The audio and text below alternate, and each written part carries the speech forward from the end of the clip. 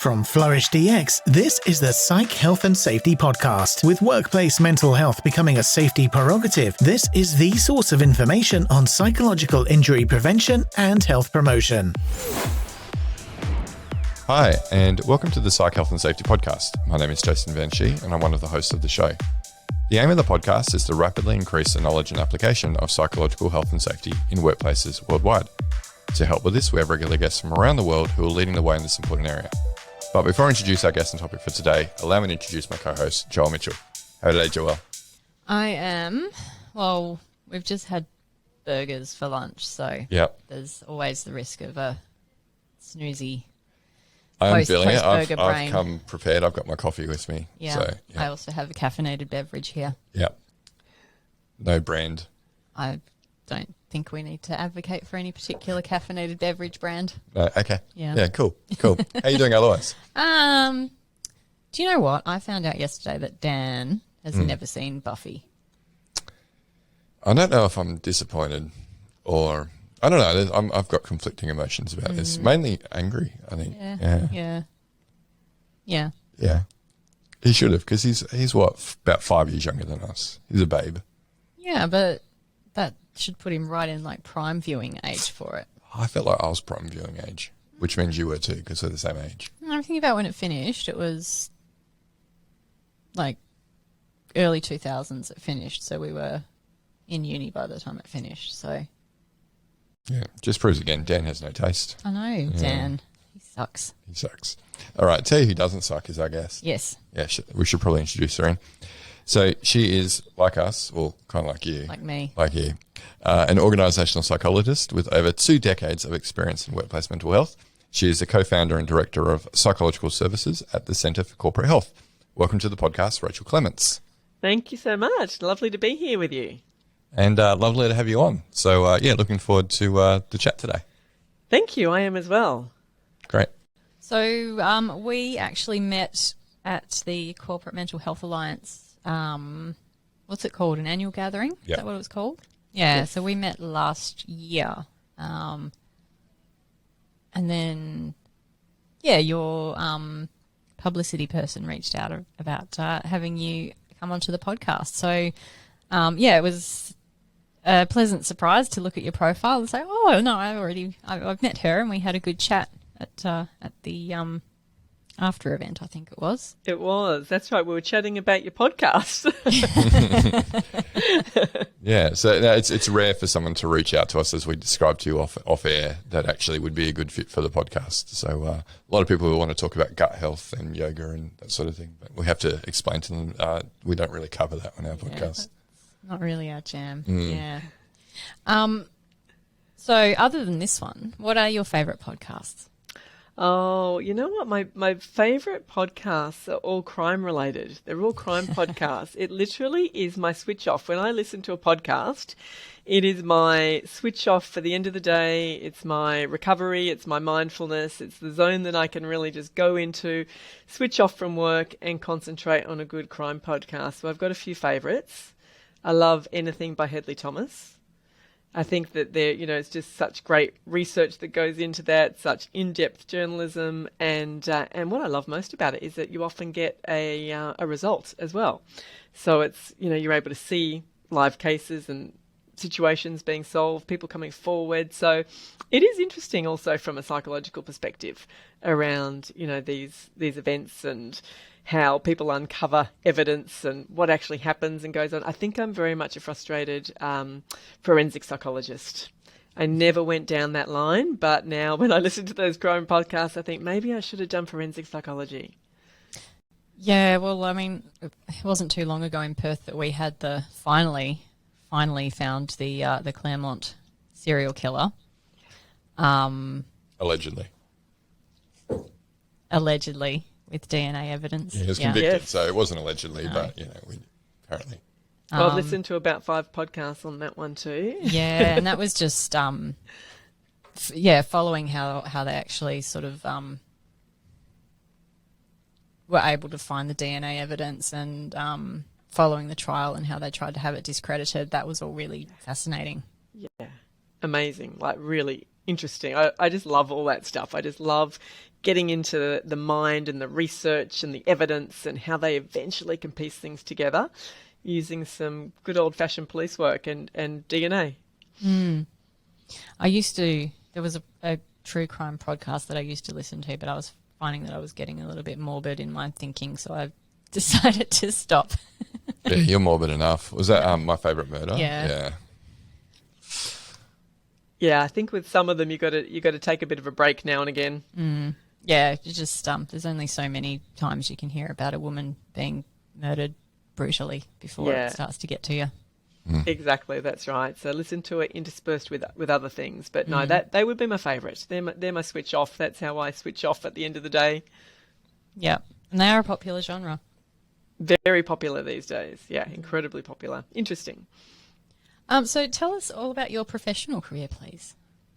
Well, I really, I started studying psychology in Year 12 at school, and I had a great teacher. I had a spare subject line and I didn't know what else to do. So I kind of thought, what is this subject called psychology? I don't really know much about it. And I just had this really wonderful teacher. And one day he pulled me aside and he said, you know what? I think that you'd make a really good psychologist. And I didn't know too much about the profession, but I had enjoyed the subject. And I went and started my degree at ANU in Canberra. I did 4 years at ANU and then I moved to Perth for 2 years and I did 2 years at UWA. I did my Masters of Organisational Psych there, and I just knew really early on that I had a passion for, well, nowadays we call it workplace wellbeing. Back then we called it workplace occupational stress. And for my master's thesis, I did a big thesis in looking at occupational stress. And I used Navy personnel and I looked at how stress transferred from one person in the Navy to their partner or their spouse and looked at the transference of stress, occupational stress, and the impact of that on people's lives. So when I finished uni, I was very keen to really go out and specialise in occupational stress. So the world of workplace wellbeing didn't exist. We didn't use terms like mental health or wellbeing at work or anything like that. And in fact, that was a whole new area, just even occupational stress, and consulting to organisations around occupational stress was only just starting out. So it was a very new field. And so I came into it at the right time, I think. I came to it just as it was starting, and I saw the boom and the explosion of that and the journey of where we are today in that. And now I started the Centre for Corporate Health with my husband, Tony. We started the business 24 years ago, and we still pretty much do the same thing, but just in a much more sophisticated way. So we're now using words like workplace wellbeing, psychosocial risks, mental health at work. We're using different terminology, but essentially our passion for starting the business and running the business is exactly the same as what it was, just we're using more sophisticated language and we've got much more sophisticated offerings as the market and our clients have shifted in their need. It's impressive that you've been able to run a business with your husband for so long and remain married at the same time. We have remained married, that's right. Well, when we were smaller, we did do a lot together because for many years for a couple of years, it was just the two of us. And so we ran the business together. So we were very, very, we were doing everything from, developing your own programs, doing your own marketing, doing your own invoicing, doing your own appointments. We did everything and we were together. But now we've got a larger business. We hardly see each other anymore. So we've actually got our own separate areas of the business now that we look after. So we might travel into work. Yeah, we travel into work together sometimes, but often we'll go a whole day without actually seeing or speaking to each other. So there's a bit more distance now. Yeah, one day, Joelle. Joelle's my work wife. So, well, one day we'll spend all day without seeing each other. Yeah, that would be nice. Well, seeing as at the moment you can just peer over the partition at me. Yeah. Yeah, we're closer than what we were in the last office. So. Yeah. So, my aim can be a bit more precise now when throwing tennis balls across the room at you. Or you could just not do that at all. We'll see. So, Rachel, one of the things that we hear about a lot, because obviously organisations are trying to portray a good image to the public and to their shareholders. So something that's going on in the sustainability place is greenwashing, right? But we're now starting to hear this term wellbeing washing a bit more. So maybe if you can describe to our listeners, what is wellbeing washing, and I guess, and how can organisations avoid this? It's a really good, it's a great question. I mean, I love this term, wellbeing washing. It's a fairly new term, but I get to me what it means is where organisations or businesses might publicly advocate for positive mental health and wellbeing, but don't necessarily on the inside internally walk the talk. So they all talk but no action. So we see some common examples of this where, people might celebrate the mental health days, or like Are You OK Day or Mental Health Month. They might do a few things, or a couple of the really important kind of wellbeing days, but not quite be walking the talk in terms of understanding their culture, their leadership, their roles or their organisational stressors. What are the psychosocial risks that may be impacting on people? I think a lot of organisations too, even though many are very sophisticated now, I think a lot of organisations can often just fall into that tick the box or a quick fix solution. So, an example of that would be, we've done an engagement survey and we found out that everybody's really stressed, or there's a lot of occupational burnout around. So let's put on some lunchtime yoga courses, and that's for some organisations, that's their solution, that's their wellbeing strategy. So what we sometimes see is that people are putting on those Band-Aid solutions when actually there's gaping wounds there in their organisation, but they're either not aware of it or maybe a little hesitant to really kind of step into that. So I think in order to answer your question around what can organisations actually do in that regard, it's certainly, I think, taking a step back, being able to assess what those psychosocial hazards are or those risks are that may present in one's organisation or even in bespoke specific teams. Really look at what are those controls or those measures, what are those protective factors that we can put in place. And I think sometimes as well what we often see as a form of that wellbeing washing is that organisations put a lot of responsibility on their EAP service. And so some organisations say, we are all sorted for our mental health and wellbeing strategy. We have an EAP. And I think there's a lot of pressure on EAPs to, you're working with an individual, but you can't, if someone's telling you about they've got a really high workload and they're working at these huge hours and they're under-resourced or they're really burned out from the last couple of years, the EAP can't address those things. So I think a lot of pressure is placed upon the EAP as an organisation's one-stop shop. But what we know is that is only really supporting one component of the organisation as well. So you might be getting people who are already kind of psychologically well, or maybe just starting to shift a little. I think some organisations don't actually realise that they're engaging in that wellbeing washing. I think actually organisations think, oh, we're celebrating Are You OK Day, or we're doing this and isn't that great? But sometimes when you talk to the team, they're like, well, what goes on here on a day-to-day basis in relation to wellbeing or relation to mental health, it's not so consistent with that. So I really think it's having the awareness and listening to your staff, listening to people, and really taking on board what people are saying, and really getting good at embedding a lot of these things in that culture. Yeah, and I've definitely seen that with EAPs when you say shifting the responsibility. Hey, we're kind of outsourcing workplace mental health to our EAP.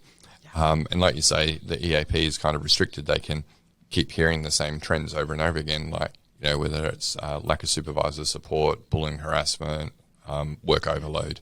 But the EAP can't do anything about what's actually causing people to access the service.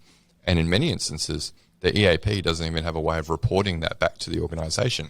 It might just come under work stress, but not actually drilling down into, well, what is the actual psychosocial hazard that was affecting the employee? I think that's a really good point around, when an EAP service is done really well, you can get such a lot of rich data from your EAP. And I know with our EAP offering, we design all of our dashboard reporting and quarterly reporting in line with a psychosocial risk model. So organisations can actually see in real time what are the psychosocial risks emerging and how do we compare that with other data that we may have. And that's where your EAP can feed into. It can feed in and contribute to knowledge about what some of those psychosocial risks may be, but that can't be the only solution. It's around, okay, we can feed this back, and we'd love to be able to do some more work to really address what that root cause is. Also, what I see the other gap is sometimes with that wellbeing washing, that the EAP is certainly available for all staff, but a lot of people also don't have that, robust, really good recovery programs for people if people are becoming really unwell at work. Again, it's kind of a reliance on, well, we'll give this to the EAP for this person to have some short-term solution-focused counselling, when actually what we're seeing right now in the data that we're getting is that because there is so much of a weight in the Medicare system at the moment, people are actually quite unwell at work and coming into the EAP. The EAP is a wonderful short-term solution-focused counselling support. It's wonderful for that purpose. But when you're getting someone who's quite unwell, needing that really good recovery partner to be able to do a more robust approach to assist people on that road to recovery. So I think also some organisations are really missing that opportunity for the prevention piece. Really build on that, how do we create that mentally healthy workplace before poor wellbeing really starts to emerge, and that's intentional. And it's planned and it's strategic and it's doing everything from job design to leadership to peer support, whatever it is, but it does involve intentional effort. So that's, I guess, the trends that we're seeing in that regard. Yeah, and definitely when we designed our workplace mental health benchmark assessment, which is a systems maturity audit essentially of the different systems that are in place that cover the integrated model, when looking at things like professional mental health support, we've got 10 questions to assess maturity of that as an intervention. 2 of the questions are we collecting data on psychosocial hazard exposure? Because like you say, that's a simple thing that can just be improved through consultation with the EAP about how they're collecting and reporting up information, because it can be such a good, rich source of information about psychosocial hazards. And then second of all, do we have ways to escalate people to who have complex presentations to the EAP for more significant psychological care that kind of gets around like the Medicare system, because like you say, people might be waiting on a waiting list for months these days to see a psychologist. So does the company actually have a way to fast track people to that care? Yeah, that's right. I mean, that's certainly been a trend in the last few years, is that the EAP is now becoming a sometimes a holding pattern for people until they can get into the Medicare scheme, or actually organisations now actually granting employees a lot more sessions to be able to have that psychological care within an EAP model that didn't exist maybe a few years ago, where people are like, we've funded the 3 sessions or the 6 sessions or whatever, whereas now we're actually seeing organisations say, okay, we realise that this is a challenge for people, and also because the impact that COVID's had on children as well. We have never before seen so many children and tweens, teens coming into the EAP. Well, again, yeah, I can imagine because of the long wait times going through Medicare. So yeah, I can imagine more parents making use of the EAP for their kids. Yeah, absolutely. But like you say, it's not necessarily going to be useful for more complex cases. It's such solution-focused therapy, which is the main focus of EAP. Yeah, definitely. So I'm interested in, I guess, your observations over, the time that you've spent running your business. What changes have you seen in how organisations think about or consider employee wellbeing? Well, it's certainly been a big journey in the last 24 years, from going to some organisations where 20 years ago, you would never even be having a session on workplace mental health or wellbeing. We didn't even have that language, to now, being able to be quite psychologically safe about mental health and wellbeing considerations.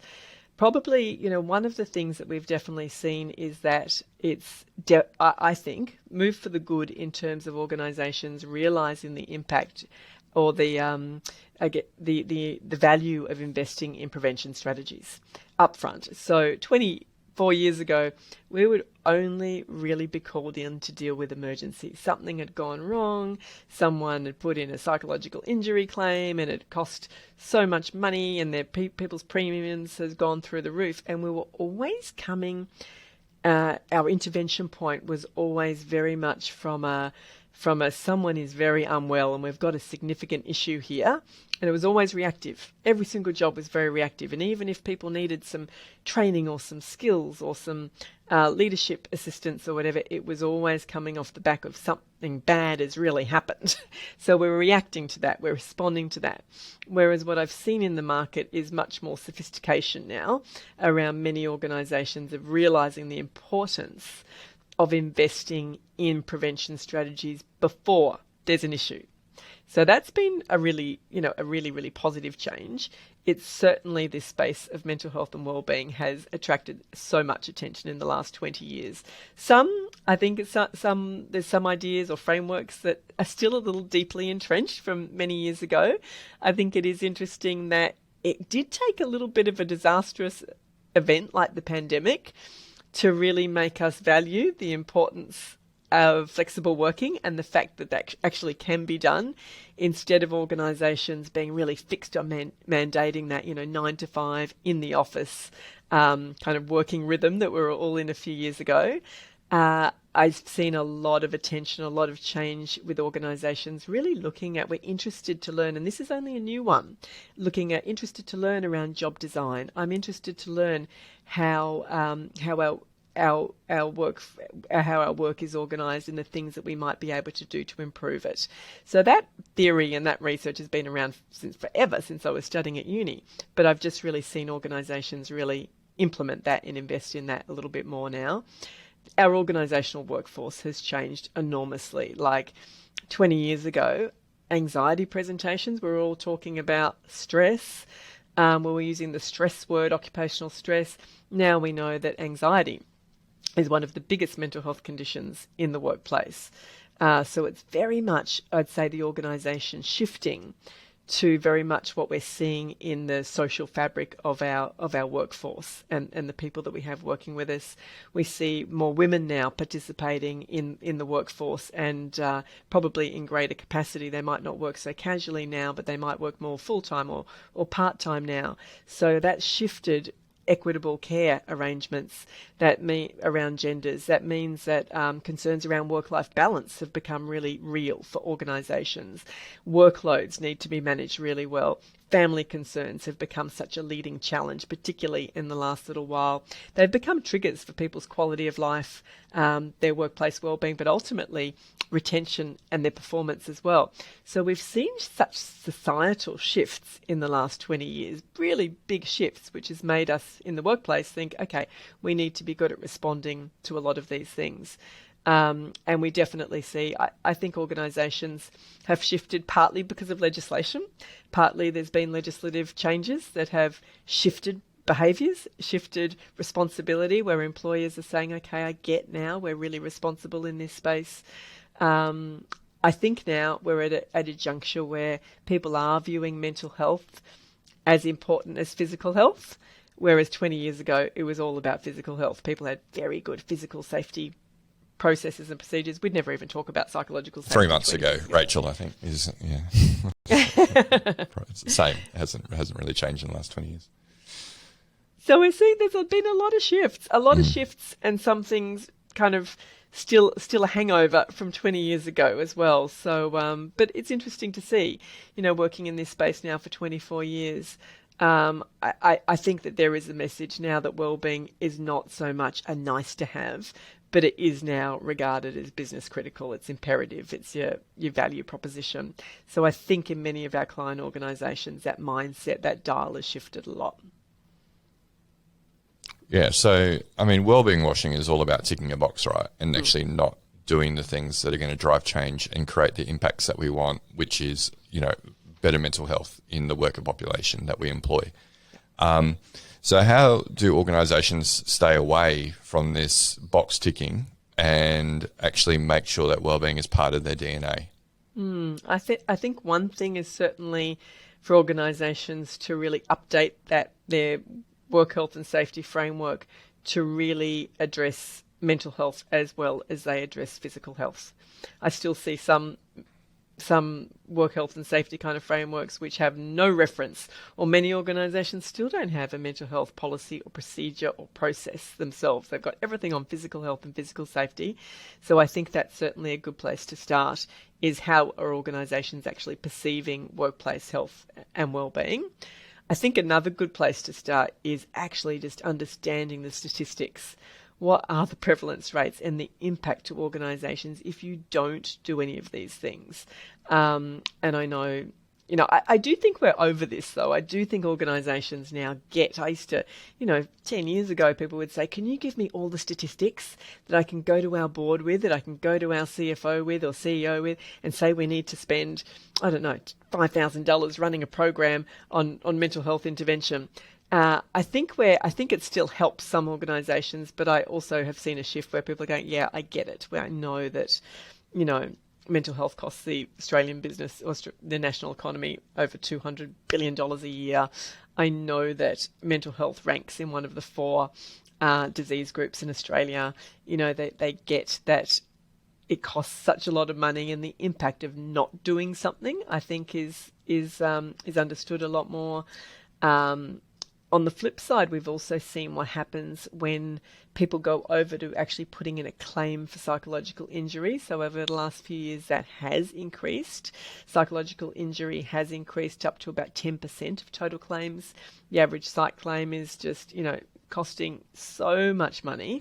So I think understanding the impact financially, the prevalence rates, and people are still a little surprised at the prevalence rates of mental health within their population of, perhaps around that 1 in 3 employees who will experience a significant mental health issue within a 12-month period, but also looking at the cost to business, the cost if we didn't do this. And now I think with the market that shifted and changed so much around staff retention, labour hire shortages, all of those things, people are now looking at, okay, we need to look after our team. We need to make sure that people are psychologically well and healthy, and we're supporting them. We know that for every dollar that is spent on workplace mental health or wellbeing initiatives, you do derive a significant return. Some studies quote up to $4 return on investment. Some studies quote up to $9 return on investment. So I just think understanding the metrics around that, and it's becoming reputational now for organisations to have a good reputation in the industry, in their industry. Employee satisfaction, employee wellbeing, obviously performance, all of those things are really key. And people are educated about wellbeing now. People expect in interviews, they ask about these things now. So employees are very sophisticated and have high expectations too in relation to how is an organisation going to support me in relation to that. We definitely saw that during the pandemic. I remember reading some articles of healthcare workers who were getting like a mindfulness app, and like the quote was, don't patronise me. Actually deal with why I'm feeling unwell, and that's because of this crushing workload, right? And I'm not getting any support from leadership. Deal with that. Don't give me a mindfulness app and say that you've ticked the box and we've done our wellbeing.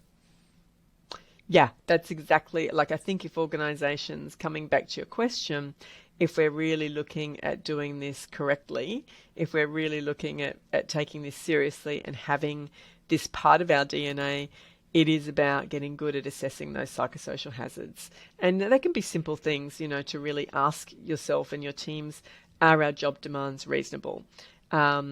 is it a one-size-fits-all approach to how tasks are designed and how teams are structured, or is it more nuanced, taking into account workflow or work demands?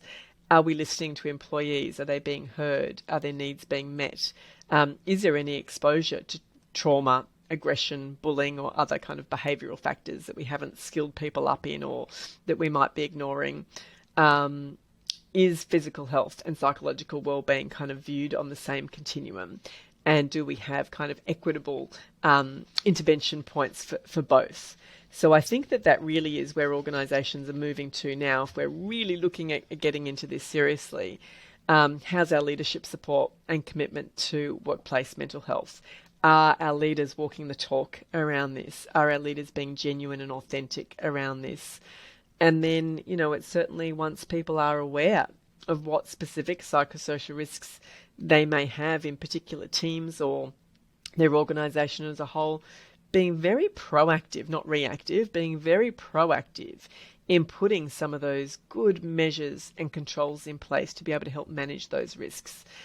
Sometimes there might be a measure that can be put in place to eliminate those risks, but sometimes it's about how do we best manage this? What can we do to reduce or to mitigate that risk? Is it understanding where high workload might be coming from? Is that coming from the nature of the job? Is it coming from poor planning? Is it coming from, is there a way that we can schedule things differently or delegate things differently? How can we, help people get a bit more of a perceived sense of control? So it's about, I think, walking the talk at the end of the day. It's about, leaders being able to walk the talk in respect of this and taking these things seriously, not the Band-Aid solutions, but really being confident to look at the root cause. Hi listeners, Jason here. We hope you're enjoying this latest podcast episode. Now, if you're like Joelle, Alicia and myself and enjoy learning from the best, then the Flourish DX Academy is for you. The Academy includes free e-learning courses on the ISO 45003 standard for psychological health and safety at work, and associated topics such as how to conduct a psychosocial risk assessment and how to create the business case for psych health and safety. All courses feature high-quality videos, downloadable resources, multi-choice questions, and a downloadable training certificate on completion. Take your learning to the next level with all Flourish DX Academy courses included within the Flourish DX mobile app. Select podcast episodes from the Psych Health and Safety podcast and sister podcasts from Canada and the USA are also included. Get started with Flourish DX for free at www.flourishdx.com/get-started. That's www.flourishdx.com/get-started. Now back to this episode. Yeah, and being prepared to ask the question. We still have some people who are scared of what the response might be. Mm-hmm. Or there is a focus on, hey, let's give individuals psychological safety so they can let us know when something's not right. Well, until the employer actually demonstrates that they're interested in getting that sort of feedback by actually proactively asking employees to tell us about work design and how that's impacting on your mental health, then you're not going to have employees who are putting up their hand and going, well, my lack of role clarity is causing me significant issues. You have to go through the process, bring up people's understanding of what these things are, their impact on their mental health, and build a culture where the company is demonstrating that we do care about these things and we are willing to act when we hear that something's not right, rather than going, here's the number for HR, go chat with them, and we'll put you on a performance management plan. Yeah, so it very much comes down to, I think, that psychological safety culture, doesn't it? Around how are we instilling that psychological safety culture here? Do we have good psychological safety too? No, I think it's about the psychological health and safety management system. First, actually set up a process of consultation with workers and demonstrating that we are going to create action plans that, like you say, get to the root cause of the problem. I see too many companies trying to jump that step and go, we just want psychological safety where people are prepared to tell us when something's not right. Well, until you've actually demonstrated as an employer that you care and you're going to proactively ask rather than wait for people to tell you, good luck. Yeah, absolutely. But people will only engage in those processes, right, if the psychological safety is there. Otherwise, they're kind of like, oh, I don't know if I should really say this. I don't know if I really want to speak up. Because when we do focus groups sometimes, it's very interesting that sometimes people are, very, very reluctant to share or to sometimes speak openly around what might be going on in an organisation. So yeah, but you can't just go, we're going to do a psychological safety intervention by, I don't know, doing some training about how important psychological safety is and then expect to increase psychological safety. Psychological safety is built up over time by demonstrating that you listen, you're building trust and transparency into processes, and you're demonstrating that you're going to take action. It's not like, I haven't seen a psychological safety intervention that goes beyond training people about what is psychological safety and why is it important. You have to actually, this is not a shortcut process. You actually have to go through a process and demonstrate that. Yeah, you actually, it's almost like a muscle that you have to build over time through repetition. Yeah. And people have scars too that we have to overcome. Yeah. There's been a lot of employee surveys to the point that people are experiencing survey fatigue regularly. And the reason they have survey fatigue is that they keep getting asked questions and then nothing happens when they give their feedback. And so they get into this learned helplessness where they're like, well, why participate? Why say anything? Because nothing's going to change about my situation anyway. So there's a lot of things that we have to overcome, and that's actually getting a process that works and building up trust and transparency in that process. There's no shortcut to creating psychological safety. And yes, to get good consultation, you need to build that, but that goes through, you have to build that through iterations of actually demonstrating that you will listen, you will act upon things when they're brought up. Yeah. Because that's the last thing you want out of looking at the psychosocial risks, right? There's the last thing you want is for people to say that learned helplessness. So why do I bother? Nothing's going to come of this. Nothing's going to change. So why do I bother? And that is, like I always say, that's one of the worst things for organisations to have happen when you ever see that learned helplessness. Like I'm banging my head against a brick wall here and nothing's changing. And that's why psychosocial risk management is not something that happens in a vacuum. It's not like, let's just do an employee survey and update our risk register. You will not get the outcomes that you want. It needs to sit in a management system. And it's not a shortcut. As I was saying in a series of workshops I ran last week, it's a 3 to 5 year process for many organisations. We're speaking to a media organisation today, and they said for us it's probably 10 to 20 years to actually build up the process to a point where people trust in it and it's used effectively. So there's no shortcuts, unfortunately. I'd love to give people a shortcut if I could. Hey, follow these 3 simple steps and you will have psychological health and safety in your workplace. But yes, it's an interesting time to be alive. Well, it's very much also we've got the legislation and people are busy doing their risk registers or putting some prevention plans in place or looking at policies and procedures in paper. But what are you doing in the behavioural side? How are we translating some of those things into behaviour? So I'm always saying to people, it's a lot more than a risk register. It's a lot more than having a good policy and procedure. It really needs to be translated to that behavioural side. And the regulators are saying that too. They're saying updating policies, providing education programs will not cut it. We need to eliminate first where possible, and if not, redesign work. So we're hearing that again and again. So hopefully, we're definitely noticing it ourselves with the number of people who are coming inbound for assistance from us. People want, like the regulation in Australia is definitely making a difference, but we're seeing even internationally where it doesn't have the same regulatory drivers, that there is an increasing maturity around, hey, this box ticking, we threw everything at it during the pandemic. We just threw money at it.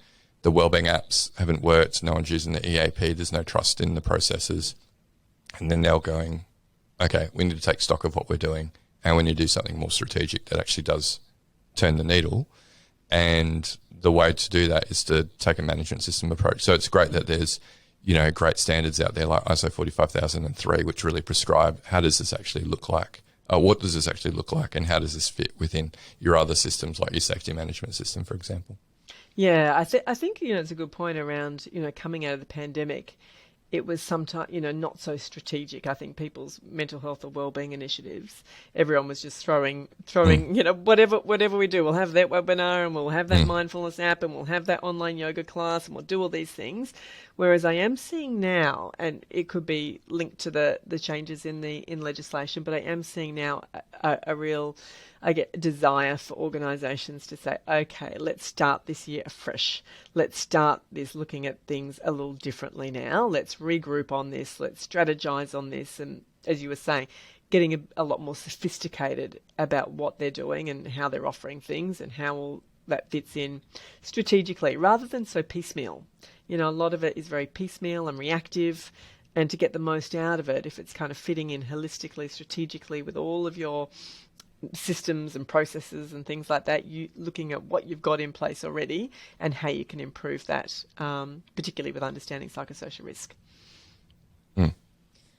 Yeah, so I guess to build on that, for workplaces who are really now thinking, how can we have a genuine positive impact and we're not just sort of throwing good money after bad,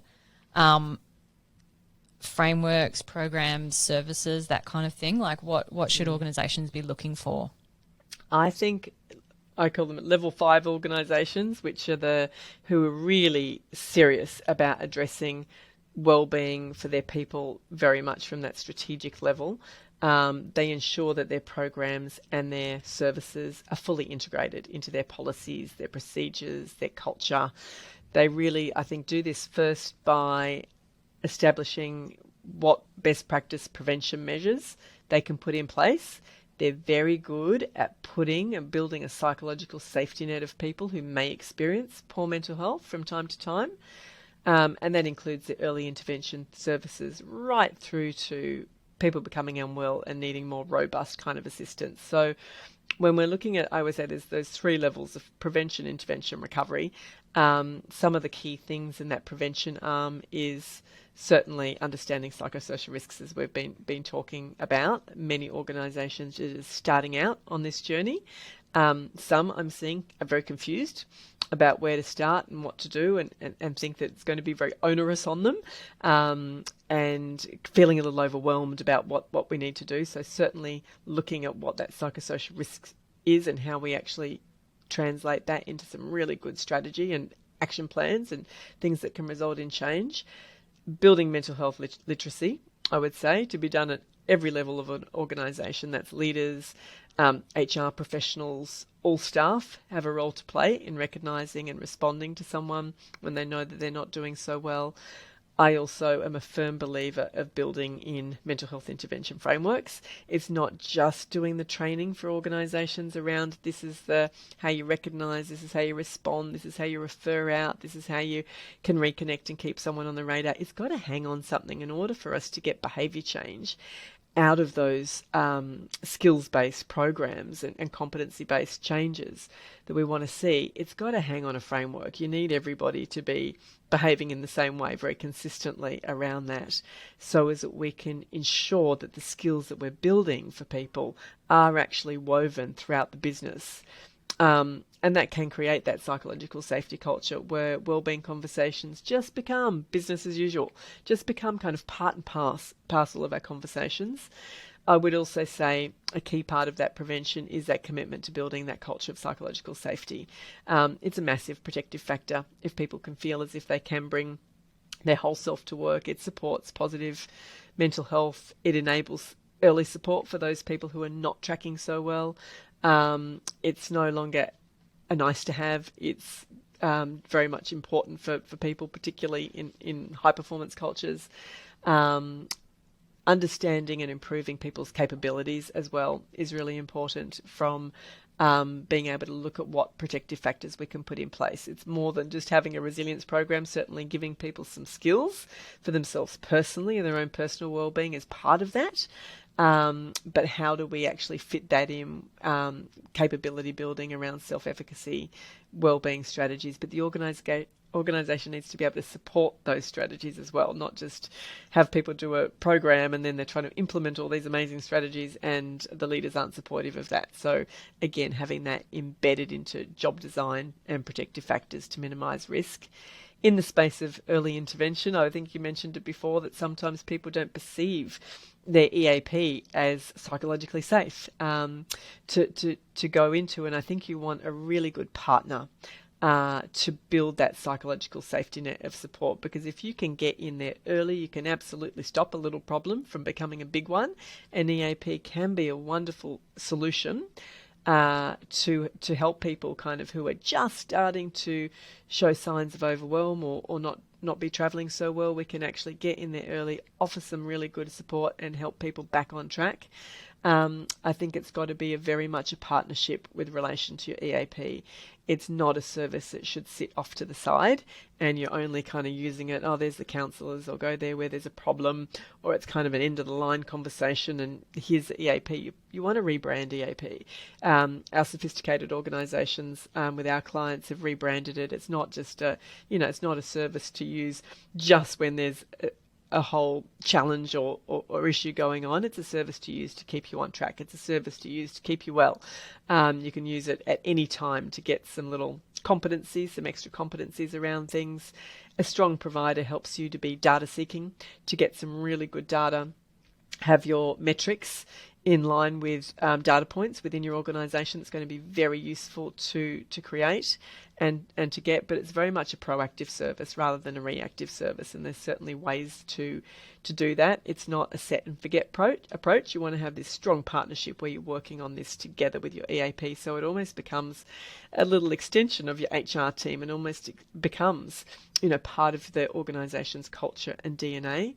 I think definitely investing in high risk intervention, like skilling people up around sometimes supporting people who are in a mental health state of crisis. I know you can't fully mitigate that risk with an employee population, but certainly skilling people up in what to do, leaders or HR professionals, having frameworks and support in place to be able to be confident to manage those situations if and when they do arise. And to assist people on that recovery end where someone is quite unwell. Poor mental health is rising in our workplaces. It's playing out in our workplaces more than ever before. Psychological injury claims have increased in the last couple of years.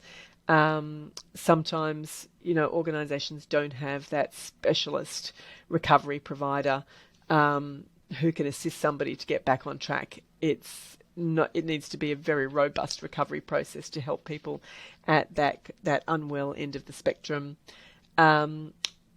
I think that they're the main things. So getting very good at prevention, intervention, and recovery.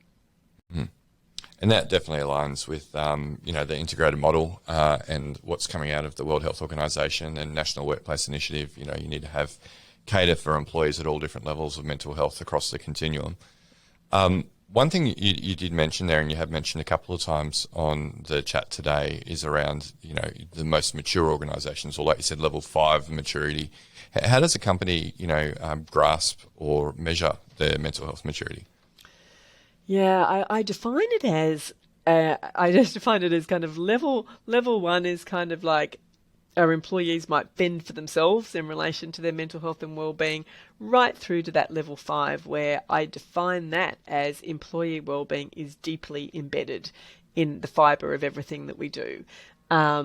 So I think it can be, sometimes just doing a little risk assessment to be able to use as a guide around how mature are we, how psychologically, or what are we like on that maturity continuum. There's lots of little surveys that you can do. They don't cost a lot of money to be able to even grade yourself. We even have a free one on our website, which we designed specifically for organisations to be able to measure, where am I on the wellbeing continuum?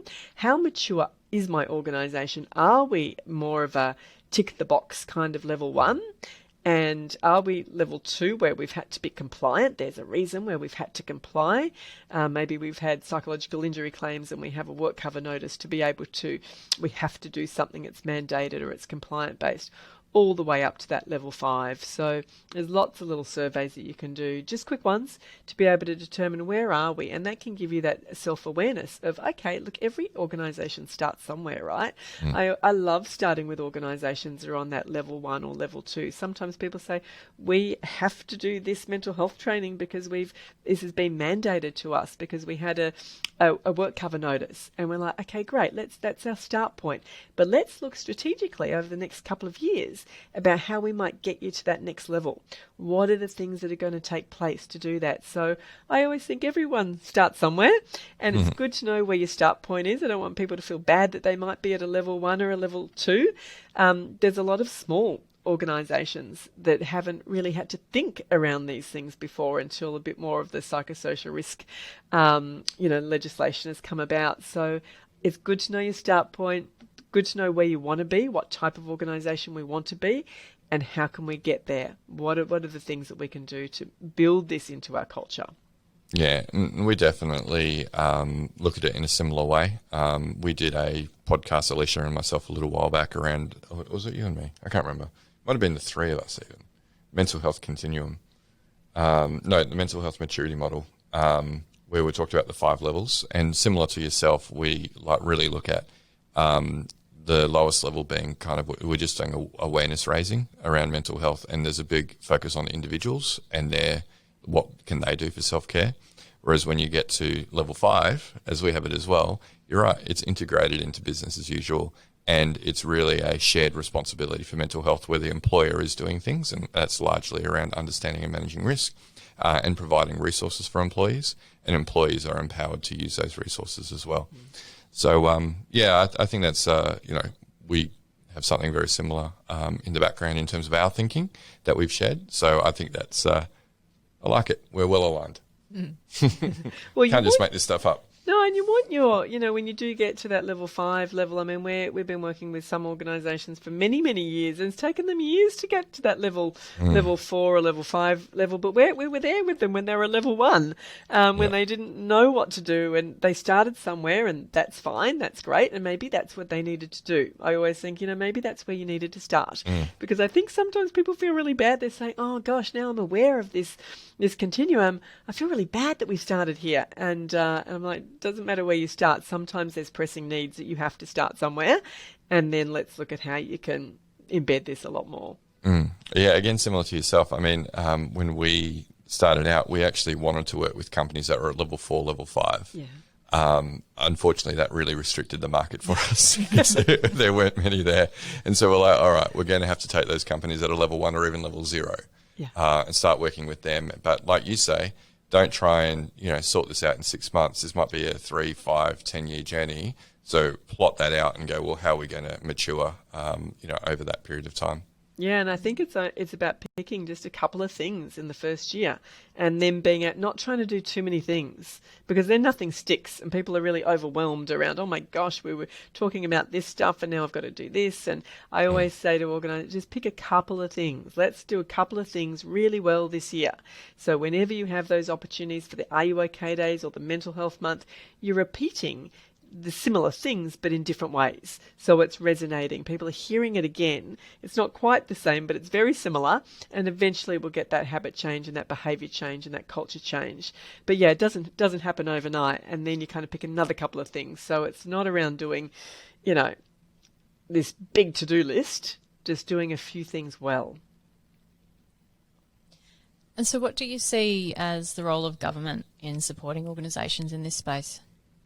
Oh, I think the first thing is more funding for public mental health is the first step on the journey. We can just see at the moment our mental health system, our mental health care system is so strained. It's just completely bursting at the seams. Wait times are higher than ever before. Demand is not decreasing, it's increasing. Legislation changes have assisted. It's definitely put more of an onus and responsibility on organisations, so it's propelled them probably into some action that maybe they would not have taken before. I've also seen it put a lot of pressure on people. A lot of people are feeling quite overwhelmed with where to start on that journey as well. I think that there are some really good government guides that can be used. They're completely free of charge. So I think the government has made a good start on giving people some really good tools or resources. I know in New South Wales, for example, people can actually come in and they can do a free psychosocial risk review or audit on their organisation. They can have a free one-on-one consultation and with a senior consultant to be able to debrief on where are my hotspots and what are some of the things I might be able to do, and to just kind of start that process. So I think a lot before people didn't really know the how to. So I think there's a few more pieces of the puzzle for people to go, okay, there's some resources there to be able to help me do that. But I still think there's obviously more to do. It's a long wellbeing journey.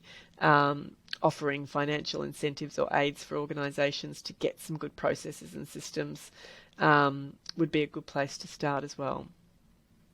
Yeah, and I think that something else that the regulations in particular, I think, have really done is to just make it crystal clear to organisations that, no, you can't just focus on the individual. We can't just treat mental health as an individual clinical problem. It is actually something that you have some ability to influence as an employer, and you have duties to influence that in a positive way where it's within your remit to do so. So it's really clarified and taken away any ambiguity, I think, any argument where employers might have previously said, no, mental health is just something that people bring to work with them and it's none of our business. What the regs have really done is said, well, no, part of it is your business and it's this part of it that's your business, and now we're being really clear that you do actually have to manage these hazards. Yeah, I agree. I think it's been we've had work health and safety legislation for many, many years, but it's not been prescriptive. I think that was the piece that's missing. Here's the legislation, but no, it wasn't translated for people into behavioural terms. This is actually what you need to do now. This is where your responsibility what you are responsible for. So I agree. I think it has made it absolutely crystal clear around that, and really putting a bit of that ownership on organisations, and maybe changing people's perspectives as well, because I think that old mindset of, okay, that's the individual, or that's their issues, or that's their kind of challenges that they've got. It's not ours. It's not the workplace. I still think a little bit of that exists. I remember that was around 15 years ago. People would say, I know that person at work. I could see they weren't doing so well, but it's not work related, so I'm not going to ask them how they are. Whereas now, gosh, you'd never get away with doing that. But I still think that there is sometimes a bit of that old mindset creeping in around, oh gosh, I don't really want to address this, or I don't want to really open this. So I agree that the amendments to the legislation have been crystal clear on assisting organisations and leaders to know what they can be doing moving forward. Mm. Rachel, thanks for your time so far today. One question, though, we'd like to ask at this point in every podcast of our guests is, what are your hopes for the future of workplace mental health? And particularly given that you've been working in the field for over a couple of decades, interested in your insights. Yeah, well, my hopes for the future for mental health, firstly, no more Band-Aid solutions, being much more sophisticated than I really think the psychosocial risk, getting very good at putting those measures and controls in place. Can we eliminate it? Can we control it? Can we manage it? What can we do about this? Understanding that should just be part and parcel, and I'd love to see that in the future, that is part and parcel of every leader, that they just get that, they just understand that, and we can move towards that. I'd certainly like to see a shift where there's no stigma around mental health and wellbeing challenges, because I still go into organisations where there is still that reluctance, and having that good psychological safety culture around. I still go into organisations where people say, gosh, I would never say this at work, or I'd never say I'm not feeling so great today, or I'm not performing at my best for these reasons. So I would love to see those shifts in that way as well. Yeah, nice one. And so, parting words of advice for listeners who are interested in working in the field of workplace mental health? I would say it's very much getting more sophisticated around your initiatives around this addressing. If we're really serious, the place to start is addressing psychosocial risks. It does require significant shifts in behaviour. It does require new leadership capabilities. It does require more nuanced approaches that cannot be captured in policies or risk registrars. So I think it's just understanding the sophistication of this, and it's a lot more than having really good policies and procedures in place. I think a whole thing is you really want your policies and procedures to be able to leap off the page, to be able to swing into action for people to really understand how their behaviour and what they can do to assist and support. Ensuring that leaders know how to have open conversations with their team members. When a psychosocial risk issue is raised, that leaders know how to listen to that, to care about that, to be able to manage that and to gather some more information, to be able to go back and put plans in place or take action, where the really important role of leadership and peer support is absolutely understood and valued. I think being able to strengthen supportive leadership, it's challenged for leaders at the moment over the back of the last couple of years and coming out of COVID and managing hybrid teams. But they need assistance in being able to operationalise those mental health or those psychosocial risk frameworks, and where we have really competent WHS HR professionals who are really good internal escalation points who can really support the organisations to implement a wide variety of measures and controls, because it's worth it. It's worth it. And now I think it's at the right time. There are so many pressures on business at the moment, and particularly this year.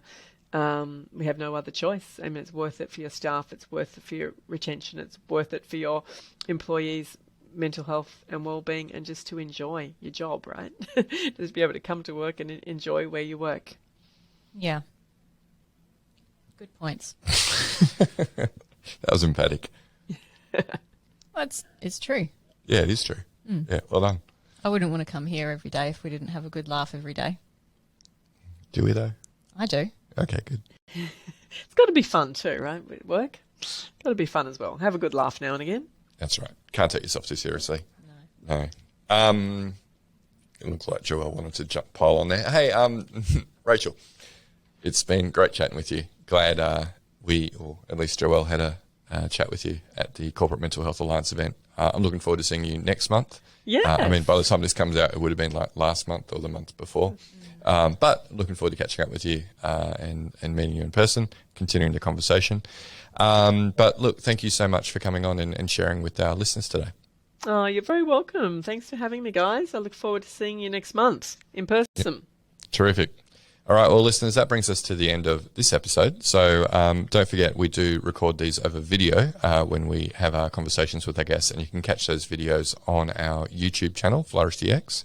Also, we take the snippets of these conversations with our guests and put them on the FlourishDX LinkedIn page. So that's a really great source of short, bite-sized information for those of you who can't do a long format podcast. While you're over on LinkedIn, Joelle and I are there all the time, too frequently. But feel free to continue the conversation over there. And I know that Rachel is on LinkedIn too, so I'm sure you can reach out to her too. But that brings us to the end of this episode. We'll catch you next time. You've been listening to the Psych Health and Safety Podcast. To stay up to date with the latest on psychological injury prevention, follow FlourishDX on LinkedIn and subscribe to the Psych Health and Safety Podcast at www.psychealthandsafety.com.